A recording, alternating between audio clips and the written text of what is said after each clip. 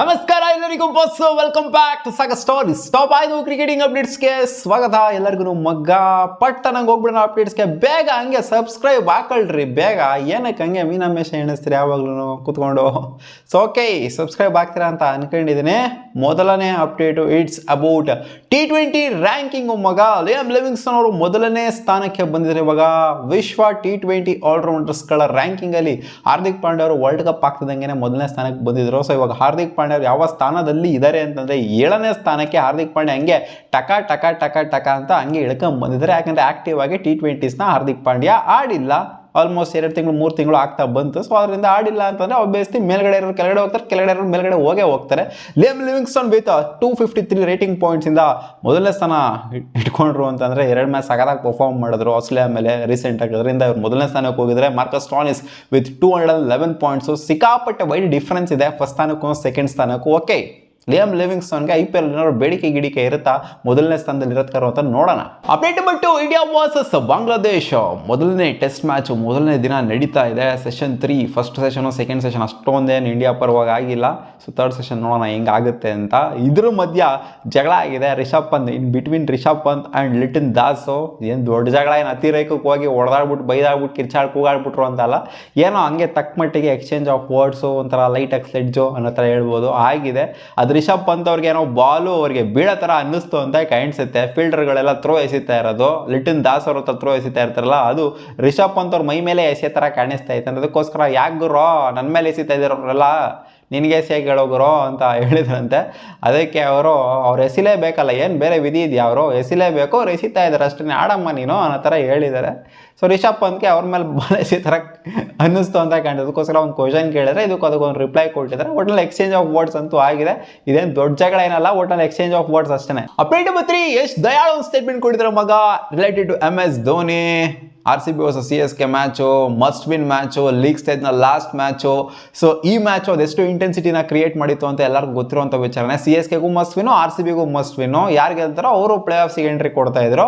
So ಈ ಮ್ಯಾಚಲ್ಲಿ ಲಾಸ್ಟಲ್ಲಿ MS Dhoni ನಿಂತ್ಕೊಂಡಿದ್ರು. MS Dhoni ಅವ್ರನ್ನ ಔಟ್ ಮಾಡಾದ್ಮೇಲೆ ನನಗೆ ಸಿಕ್ಕಾಪಟ್ಟೆ ಒಂಥರ ಬೇಜಾರಾಗೋಗ್ಬಿಡ್ತು. ಯಾಕೆಂದರೆ MS ಧೋನಿ ಆ ಒಂದು ಎಷ್ಟು ಫ್ರಸ್ಟ್ರೇಷನಲ್ಲಿ ಗ್ರೌಂಡ್ನ ಬಿಟ್ಬಿಟ್ಟು ಹೋದ್ರು ಅಂತಂದರೆ, ಅವ್ರು ಮತ್ತೆ ಬರ್ತಾರೋ ಆಡ್ತಾರೋ ಆಡೋದಿಲ್ವೋ, ಮತ್ತೆ ಕಾಣಿಸ್ಕೊಳ್ಳೋದಿಲ್ವೋ ಅನ್ನೋದೆಲ್ಲ ಒಂದು ಕ್ವೆಶನ್ ಅಲ್ಲೇ ನನಗೆ ತಲೆಗೆ ಬಂದ್ಬಿಡ್ತು.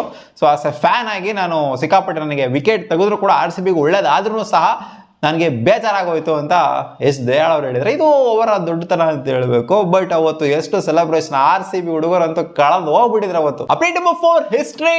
ಅಫ್ಘಾನಿಸ್ತಾನ್ ಮತ್ತೆ ಹಿಸ್ಟ್ರಿ ಕ್ರಿಯೇಟ್ ಮಾಡಿದೆ. ನಿನ್ನೆ ನಡೆದಂತ Afghanistan versus South Africa ODI match ಅಲ್ಲಿ Afghanistan for the very first time South ಆಫ್ರಿಕಾನ ಮಣ್ಣಿಸಿದೆ. ನೋಡಿ ಅಫ್ಘಾನಿಸ್ತಾನ್ ಕ್ರಿಕೆಟ್ ಯಾವ ತರ ಭೂಮ್ ಆಗ್ತಾ ಇದೆ ಅಂತಂದ್ರೆ, ಒಂಥರ ಅವರು ಸಿಕ್ಕಾಪಟ್ಟೆ ಡೆವಲಪ್ ಆಗ್ತಾ ಇದ್ದಾರೆ ಕ್ರಿಕೆಟ್ ಅಲ್ಲಿ. ಈ ಕಡೆ ನೋಡ್ರೆ ತಾಲಿಬಾನ್ ನನ್ನ ಮಕ್ಕಳು ಅವ್ರನ್ನ ಬ್ಯಾನ್ ಮಾಡಬೇಕು, ಅದು ಮಾಡಬೇಕು, ಇದು ಮಾಡಬೇಕು ಅನ್ನೋದ್ರ ಏನೇನೋ ಗಿಮಿಕ್ಗಳನ್ನ ಮಾಡ್ತಾ ಇದೆ. ಸೊ ಒಂಥರ ನಿಜವಾಗ್ಲೂ ಅವ್ರಿಗೆ ಇದೊಂಥರ ಸೆನ್ಸ್ ಮಾಡೋದಿಲ್ಲ ತಾಲಿಬಾನ್ಗಳಿಗೆ. ಇಲ್ಲಿ ನೋಡಿ ಒಂಥರ ದೇಶನ ಒಂಥರ ರೆಪ್ರೆಸೆಂಟ್ ಮಾಡ್ಬಿಟ್ಟು ದೇಶನ ಈ ಥರ ಒಂದು ದೇಶ ಇದೆ ಅಂತ ಎಲ್ಲರಿಗೂ ತೋರಿಸ್ತಾ ಇದ್ದಾರೆ. ಬಟ್ ಈ ನನ್ನ ಮಕ್ಕಳು ನೋಡಿದ್ರೆ ಬ್ಯಾನ್ ಮಾಡಬೇಕು, ಅದು ಮಾಡಬೇಕು, ಇದು ಮಾಡಬೇಕು ಅಂತ ಚೆಲ್ಸಿಲ್ ಹತ್ರ ಆಡ್ತಾರೆ. ಜಸ್ಟ್ 107 ರನ್ಗೆ ಆಲ್ಔಟ್ ಮಾಡಿದ್ದು ಆರಾಮಾಗಿ. ಅವ್ರು 25ವರೆಗೂ 26ವರೆಗೂ ಚೇಸ್ ಮಾಡಿ ಬಿಸಾಕಿದ್ದು ಅಫ್ಘಾನಿಸ್ತಾನ team. So Afghanistan cricket team ಹಿಂಗಿದೆ ಅಂತಂದ್ರೆ ಅವರ ಗ್ರಾಫ್ ಹಿಂಗೆ ಹೋಗ್ತಾ ಇದೆ ಮೇಲ್ಗಡೆ. Update number 5, interestingly Hardik Pandya ಅವರು ರೆಡ್ ಬಾಲ್ ಜೊತೆಗೆ ಪ್ರಾಕ್ಟೀಸ್ ಮಾಡ್ತಾ ಇರುವಂತ ಒಂದು ಫೋಟೋಸ್ಗಳು ಸಿಕ್ಕಾಪಟ್ಟೆ ವೈರಲ್ ಆಗ್ತಾ ಇದೆ. ರೆಡ್ ಬಾಲ್ ಜೊತೆಗೆ ಇವಾಗ ಪ್ರಾಕ್ಟೀಸ್ ಮಾಡ್ತಾ ಇದ್ದಾರಂತೆ. ಸೊ ಇದೆಲ್ಲ ನೋಡ್ತು ಅಂತ ಅಂದರೆ ಮತ್ತೆ ಏನಾದ್ರು ಟೆಸ್ಟ್ ಫಾರ್ಮೆಟ್ಗೆ ಕಮ್ ಬ್ಯಾಕ್ ಮಾಡಬೇಕು ಅಂತ ಏನಾದರೂ ಅನ್ಕೊಂತ ಇದ್ದಾರೆ. ಹಾರ್ದಿಕ್ ಪಾಂಡ್ಯ ಲಾಂಗ್ ಫಾರ್ಮೆಟ್ ಆಡೋದಿಲ್ಲ ಅಂದರೆ ಅವ್ರಿಗೆ ಇಂಟ್ರೆಸ್ಟ್ ಅಷ್ಟೊಂದಿಲ್ಲ ಅನ್ನೋ ಥರ ಎಲ್ಲ ಹೇಳಿದರು. ಬಟ್ ರೆಡ್ ಬಾಲ್ ಜೊತೆಗೆ ಪ್ರಾಕ್ಟೀಸ್ ಮಾಡ್ತಿರೋದೆಲ್ಲ ನೋಡ್ತು ಅಂದರೆ ಏನಾದ್ರು ಬಾರ್ಡರ್ ಗವಾಸ್ಕರ್ಗೆ ಏನಾದರೂ ಇವ್ರನ್ನ ಆಯ್ಕೆ ಮಾಡ್ಕೋಬೇಕು ಅಂತ ಏನಾದ್ರು ಒಂದು ಬ್ಯಾಕ್ ಎಂಡಲ್ಲಿ BCCI ಥಾಟ್ ಪ್ರೋಸೆಸ್ ನಡೆಸ್ತಾ ಇದೆಯಾ, ಏನಾದ್ರು ಕಾನ್ವರ್ಸೇಷನ್ ಅವ್ರ ಜೊತೆಗೆ ಆಗಿದೆಯಾ, ಅದು ಇದು ಅಂತೆಲ್ಲ ಡೌಟ್ಗಳು ಇವಾಗ ನಮಗೇನೆ ಅರೈಸ್ ಆಗ್ತಾ ಇದೆ. ಸೊ ಗೊತ್ತಿಲ್ಲ ಹಾರ್ದಿಕ್ ಪಾಂಡ್ಯ ಅವ್ರು ಕಮ್ ಬ್ಯಾಕ್ ಮಾಡ್ತಾರೋ ಮಾಡೋದಿಲ್ವೋ ಅಂತ. ಯಾಕಂದರೆ ಆಲ್ರೆಡಿ ಸುಮಾರು ವರ್ಷ ಆಯಿತು ಅವರು ಆಡಿ, ದಿವಸ ಅಲ್ಲ ತಿಂಗಳಲ್ಲ ವರ್ಷಗಳೇ ಆಗೋಯ್ತು ಅವರು ಆಡಿ ಟೆಸ್ಟ್ ಫಾರ್ಮೆಟ್ನ. ಸೊ ಹೋಪ್ಫುಲಿ ನಾವು ವೆಯ್ಟ್ ಮಾಡ್ತಿದ್ದೀವಿ. ಯಾಕಂದರೆ ಸಿಕ್ಕಾಪಟ್ಟೆ ಬ್ಯಾಲೆನ್ಸ್ನ ತೊಗೊಂಡ್ಬರ್ತಾರೆ ಹಾರ್ದಿಕ್ ಪಾಂಡ್ಯವರು 11ಗೆ ಇತ್ತು ಅಂತ ಅಂದರೆ. ಸೊ ನೋಡೋಣ ಏನಾಗುತ್ತೆ ಅಂತ. ಹೋಪ್ಫುಲಿ ಬೇಗ ಆಡ್ತಾರೆ ಅಂತ ಅನ್ಕೊಂಡಿದ್ದೀನಿ ಟೆಸ್ಟ್ ಫಾರ್ಮೆಟ್ನ. ಸಿಗೋಣ ಮುಂದಿನ ವಿಡಿಯೋದಲ್ಲಿ ಗಾಯ್ಸ್. ಇಷ್ಟವಾಗಿದ್ದು ಟಾಪ್ 5 ಕ್ರಿಕೆಟಿಂಗ್ ಅಪ್ಡೇಟ್ಸ್. ನಿಮ್ಗೆ ವಿಡಿಯೋ ಇಷ್ಟ ಆಗಿರೋ ಚಾನಲ್ಗೆ ಸಬ್ಸ್ಕ್ರೈಬ್ ಹಾಕೊಳ್ಳಿ, ಬೆಲ್ ಐಕಾನ್ ಕ್ಲಿಕ್ ಮಾಡ್ಕೊಳ್ಳಿ, ಇನ್ನೇನೇನು ಬೇಕೋ ಎಲ್ಲ ಮಾಡ್ಕೊಳ್ಳಿ ಮಗ. ವಾ.